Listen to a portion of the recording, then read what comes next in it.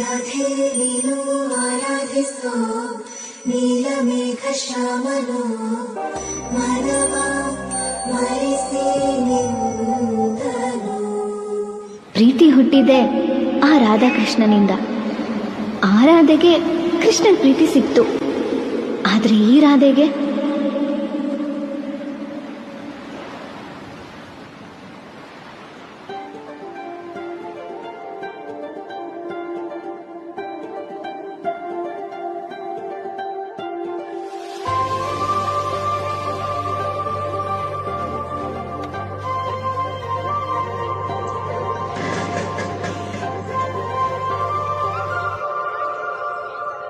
Radhe